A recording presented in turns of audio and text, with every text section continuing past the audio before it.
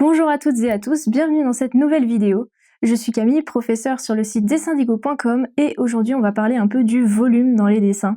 Assez souvent, quand on commence le dessin, on pense par exemple, je vous ai fait un petit exemple ici, quand on habille un personnage avec un t-shirt, on va lui poser juste le t-shirt bien droit et on pense pas du tout au fait que c'est un vêtement, il est en 3D, donc il va y avoir des plis et on va avoir certaines zones qui vont se courber sur le volume du corps, qui vont suivre la forme du bras, etc. C'est tout un tas de petits détails que vous pouvez améliorer et qui sont assez rapides à mettre en place en fait. Il faut juste y penser, après ça va devenir une habitude. Donc du coup je vais vous montrer ce que je veux dire par là.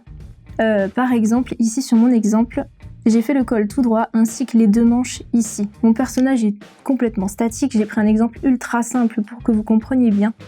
Par exemple, au niveau du col, si vous portez un t-shirt, vous n'aurez jamais le col bien droit comme ça. Le col d'un t-shirt, c'est rond, ça va suivre la forme de votre buste.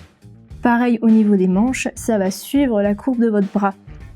Donc c'est le genre de petit détail qui peut tout de suite donner vachement plus de crédibilité à votre dessin.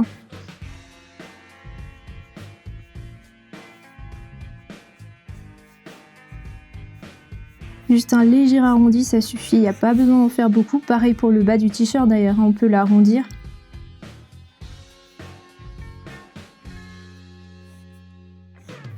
Et au niveau du col, c'est tout simple, mais ça rajoute énormément. Après, dès l'instant où vous avez le personnage qui lève le bras, au niveau de la manche, on va forcément voir un bout qui passe comme ça. C'est pareil, c'est le genre de petites choses qu'il faut montrer. Si je vous montre pareil, un petit exemple.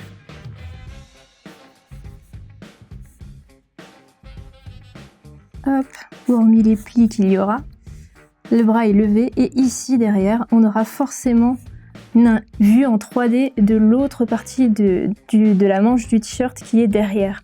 C'est ce genre de tout petit détail auquel on ne pense pas forcément quand on commence, mais qui apporte énormément de crédibilité. Donc pensez-y maintenant, vous le savez, donc essayez, ça va vite devenir une habitude. C'est juste au début qu'il faut vraiment y penser. Voilà, ce sera tout pour aujourd'hui, j'espère que ça vous aura plu. N'hésitez pas à me dire si tout d'un coup ça vous a changé la vie dans les commentaires.